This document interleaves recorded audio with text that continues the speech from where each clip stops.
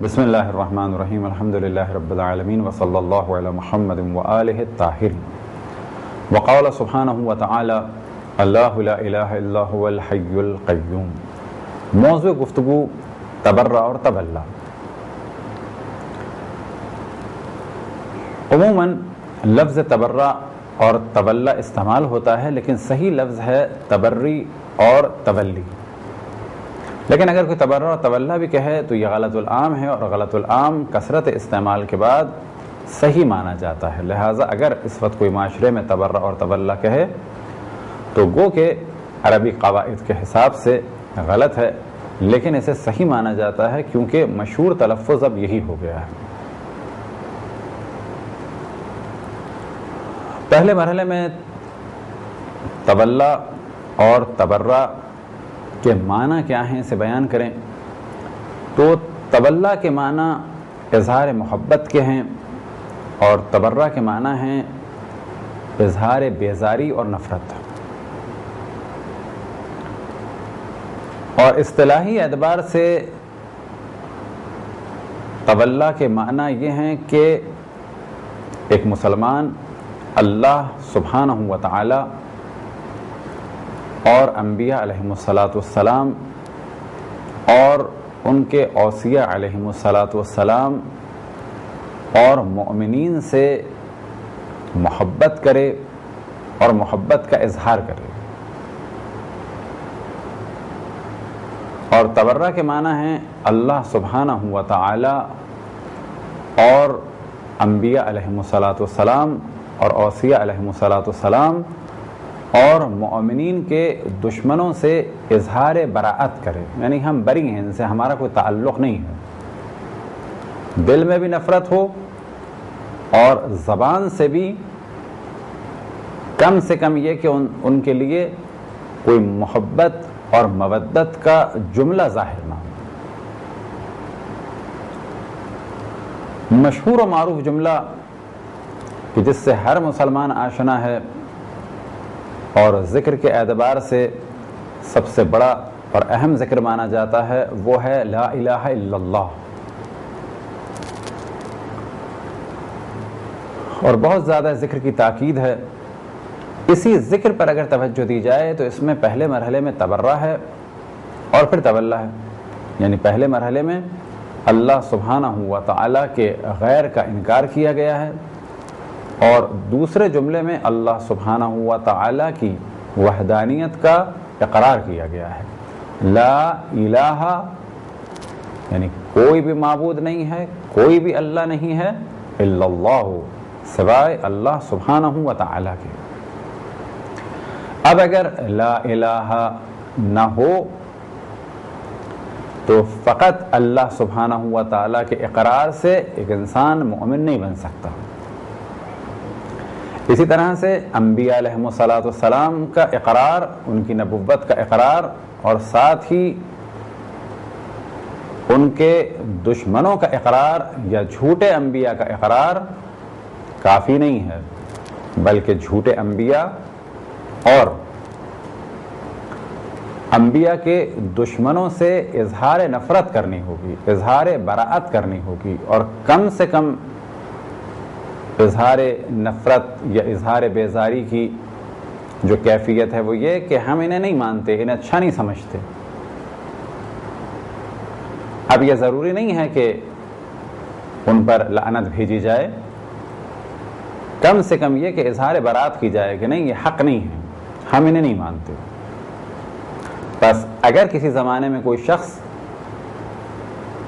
اللہ سبحانہ وتعالی یا کسی نبی کو مانے اور ساتھ ہی اس نبی کے مقابلے میں جو شخص کھڑا ہوا ہو اور جھوٹا دعوے دار ہو نبوت کا، یا یہ کہ نبی کا مخالف ہو، اس کا بھی اقرار کیا جائے اس کی نبوت کا، یا اس مخالف کو احترام دیا جائے اور مانا جائے اور گلے سے لگایا جائے، تو ہر شخص یہ کہے گا کہ یہ نفاق ہے۔ لہذا مذہب حق اہل بیت علیہم السلام کے فروع دین میں سے ایک اہم ترین فرع وہ ہے تبرع اور تبلہ۔ 10 اہم فروع دین کے جن کو عموم مومنین جانتے ہیں نماز، روزہ، حج، زکوٰۃ، خمس، جہاد، امر بالمعروف و نہی عن المنکر و تبرع و تولا۔ تو اس جانب توجہ رہے کہ تبرع اور تولا ایک عقلی سا موضوع ہے۔ تمام دنیا کے تمام افراد یہ جانتے ہیں کہ ہم جن سے محبت کرتے ہیں ہمیں ان سے بھی محبت کرنی ہے، اور وہ لوگ جو ان سے محبت کرتے ہیں ہمیں ان سے بھی محبت کرنی ہے۔ ہمارے دوست کا دوست دوست ہے، اور ہمارے دوست کا دشمن ہمارا دشمن ہے۔ بس ایک ہی قلب میں دوست کی محبت اور اس کے دشمن کی محبت، گو کہ ممکن ہے کہ عام زندگی میں اس چیز کا تصور کیا جا سکتا ہو، لیکن دینی معاملے میں اس کا تصور نہیں کیا جا سکتا کہ اگر ایک اللہ سبحانہ و تعالیٰ کا دشمن ہے تو ہم اس سے بھی محبت کریں اور اللہ سبحانہ و تعالیٰ سے بھی محبت کریں۔ دینی اعتبار سے ممکن نہیں ہے، یہ نفاق ہے۔ بس خالص مومن وہ ہوگا کہ جو اللہ سبحانہ و تعالیٰ سے محبت کرے اور اللہ سبحانہ و تعالیٰ کے دشمنوں سے نفرت کرے، اور کم ترین نفرت یہ کہ دل میں نفرت کرے۔ اگلا مرحلہ یہ ہے کہ اس کے نقائص لوگوں تک پہنچائے، کہ کہے کہ یہ اللہ سبحانہ و تعالیٰ کا دشمن ہے اور اس میں یہ رذائل پائے جاتے ہیں، اس کی یہ خصلتیں ہیں۔ اور پھر اگلا مرحلہ یہ ہے کہ اس سے جنگ کی جائے۔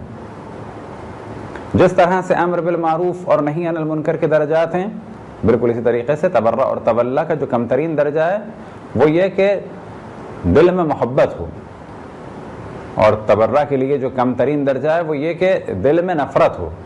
تو پہلا ہی جملہ کہ جو اسلام میں اہم ترین جملہ ہے وہ ہے لا الہ الا اللہ، کہ جس میں پہلے مرحلے میں اللہ سبحانہ و تعالیٰ کے مخالفوں کا اللہ سبحانہ و تعالیٰ کے مقابلے میں جس کو لایا جائے اس کا انکار ہے، اور پھر ساتھ ہی ساتھ اللہ سبحانہ و تعالیٰ کی وحدانیت کا اقرار ہے۔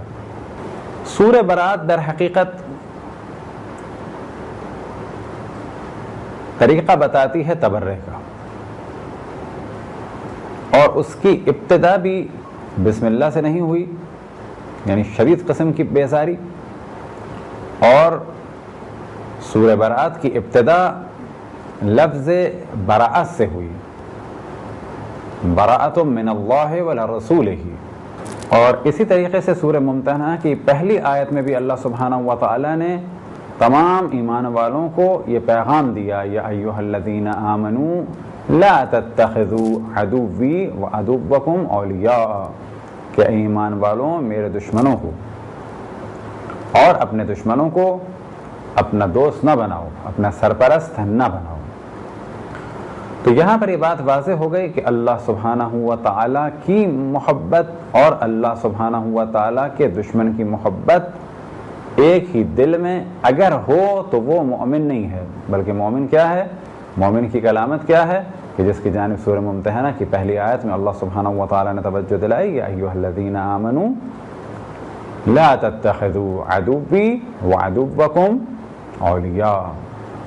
بس اب اگر کوئی یہ کہے کہ ہم اللہ اور اس کے دشمنوں سے محبت کرتے ہیں تو یہ ایمان نہیں ہے۔ یہی وجہ ہے کہ قرآن اور تعلیمات رسول اللہ صلی اللہ علیہ وسلم اور تعلیمات اہل بیت علیہم السلام میں ان دونوں چیزوں کی جانب بہت توجہ ہے، یعنی تولا اور تبرع۔ اسی طرح سورہ توبہ کی آیت نمبر 114 میں حضرت ابراہیم علیہ السلام کا قول اللہ سبحانہ و تعالیٰ نے نقل کیا، ان کی روش کو بیان کیا۔ وہ روش کیا تھی؟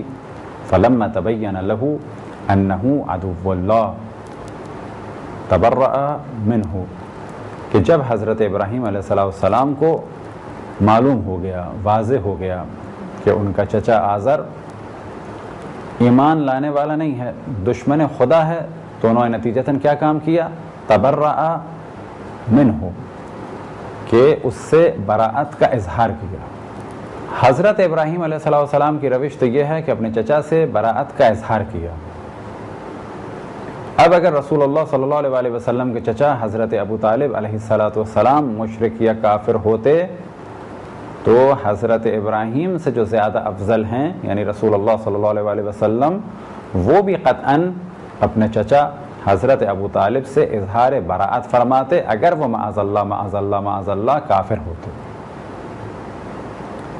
لیکن ہم یہ دیکھتے ہیں کہ حضرت ابو طالب علیہ السلام کی وفات کے بعد 1 یا 2 دن رسول اللہ صلی اللہ علیہ وسلم نے سوگ نہیں منایا،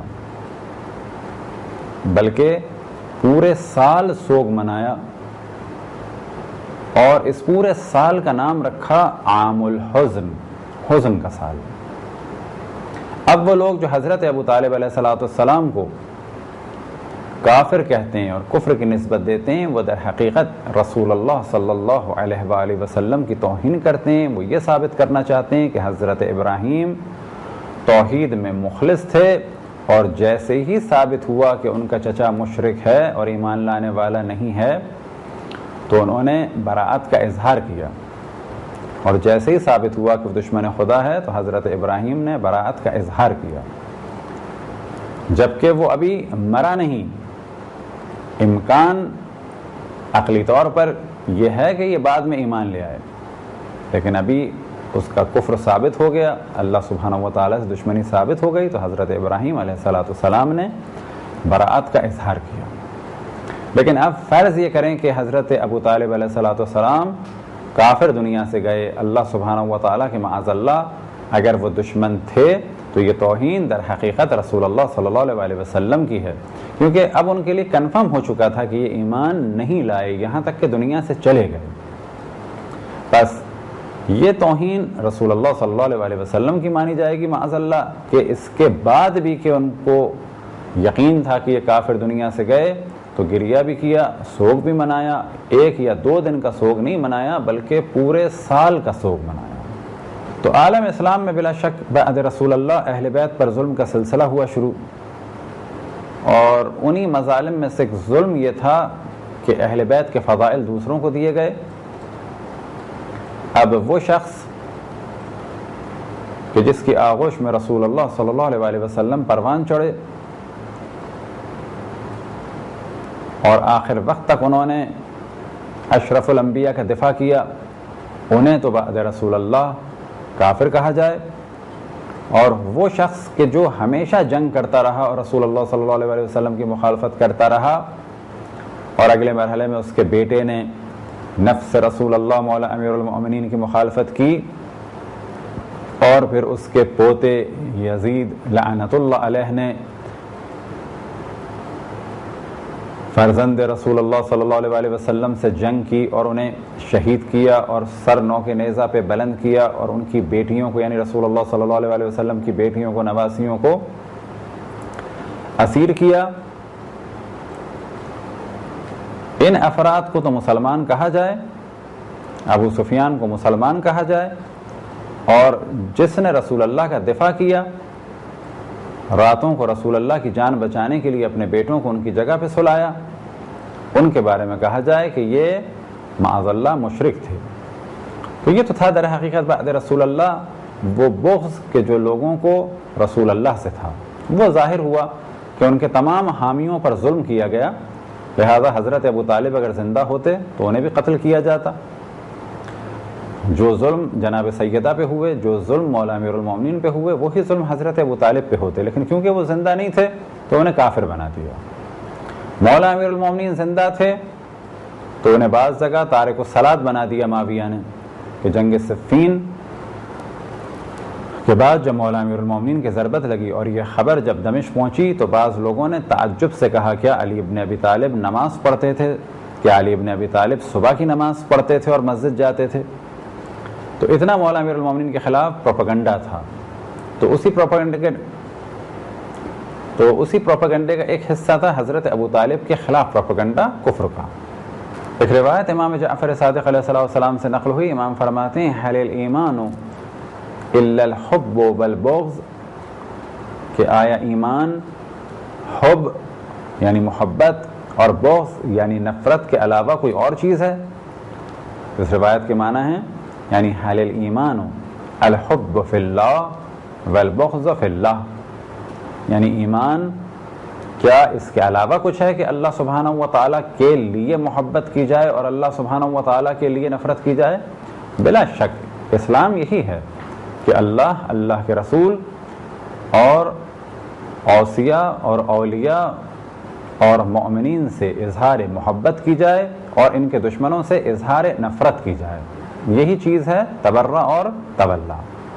کہ اللہ سبحانہ و تعالیٰ کا ارشاد ہے قد کانت لکم اسوۃ حسنہ، اور یہ ارشاد کس کے لیے؟ تمام انسانوں کے لیے اور خصوصاً تمام مسلمانوں کے لیے، کہ تمام مسلمانوں تمہارے لیے اسوہ حسنہ ہے۔ کس میں؟ حضرت ابراہیم میں اور ان کے اصحاب میں۔ اور یہ کیا اسوہ حسنہ ہے؟ اذ قالوا، کہ جب انہوں نے کہا، کیا کہا اور کس سے کہا؟ اذ قالوا لقومہم، جب اپنی قوم کے افراد سے کہا، انا براء، یعنی ہم بری ہیں۔ کس سے بری ہیں؟ منکم، تم سے بری ہیں، ومما تعبدون، اور جن کو تم پوجتے ہو ان سے بری ہیں۔ تو یہاں تک تو گفتگو رہی کہ برات کے معنی کیا ہیں اور قرآن میں یہاں تک تو گفتگو ہوئی کہ برات کے، یہاں تک گفتگو ہوئی کہ تولا اور تبرع کے معنی کیا ہیں اور قرآن میں تبرع اور تولا کا کیا مفہوم ہے۔ اب یہ اتنی بات ثابت ہے اور ہر شخص یہ جانتا ہے کہ جیسے ہم نے پہلے توجہ دلائی کہ جس سے محبت کرتے ہیں تو اس کے دوستوں سے محبت کرنی ہے۔ ارشاد خداوند تبارک و تعالیٰ ہے قل لا اسألکم علیہ اجرا الا المودۃ فی القربى، کہ اے میرے حبیب کہہ دو کہ میں تم سے اپنی رسالت کی کوئی اجرت طلب نہیں کرتا مگر یہ کہ میرے قربا سے مودت کرو۔ اب یہ مودت قربہ رسول اللہ صلی اللہ علیہ وسلم در حقیقت ایک تولا ہے کہ اگر ہم رسول اللہ صلی اللہ علیہ وسلم سے واقعاً محبت کرتے ہیں تو ان کی آل سے، کہ جو ان کے سب سے قریب ہیں، ان سے محبت کرنا ہوگی، ان کے دامن کو تھامنا ہوگا۔ یہ نہیں ہو سکتا کہ رسول اللہ صلی اللہ علیہ وسلم سے محبت کریں اور ان کی آل کے دشمنوں سے محبت کریں اور بعد میں یہ کہیں کہ ہم رسول اللہ سے محبت کرتے ہیں، ہاں ان کی آل کو قتل کرنے والوں سے بھی محبت کرتے ہیں۔ یہ نہیں ہو سکتا کہ کوئی یہ کہے کہ ہم رسول اللہ صلی اللہ علیہ وسلم سے محبت کرتے ہیں، ان کی آل سے بھی محبت کرتے ہیں اور ان کی آل کو قتل کرنے والوں سے بھی محبت کرتے ہیں۔ ہم رسول اللہ صلی اللہ علیہ وسلم کے جانشین اور خلیفہ اور خود برادران اہل سنت کے مطابق چوتھے خلیفہ یعنی مولا امیر المؤمنین کے بارے میں اگر کوئی کہے کہ ہم ان سے بھی محبت کرتے ہیں اور اس شخص سے بھی محبت کرتے ہیں کہ جس نے ان سے جنگ کی اور جنگ صفین میں 70,000 سے زیادہ افراد قتل ہو گئے،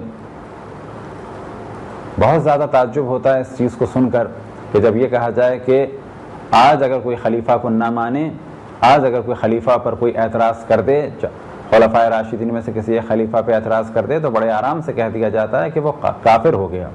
لیکن سوال یہ پیدا ہوتا ہے کہ چوتھے خلیفہ یعنی مولا امیر المؤمنین کے خلاف اگر معاویہ جنگ کرے تو کیا یہ جنگ کرنا جائز تھا؟ اگر حضرت عائشہ چوتھے خلیفہ سے جنگ کریں کیا ان پر اطاعت واجب نہیں تھی خلیفہ کی؟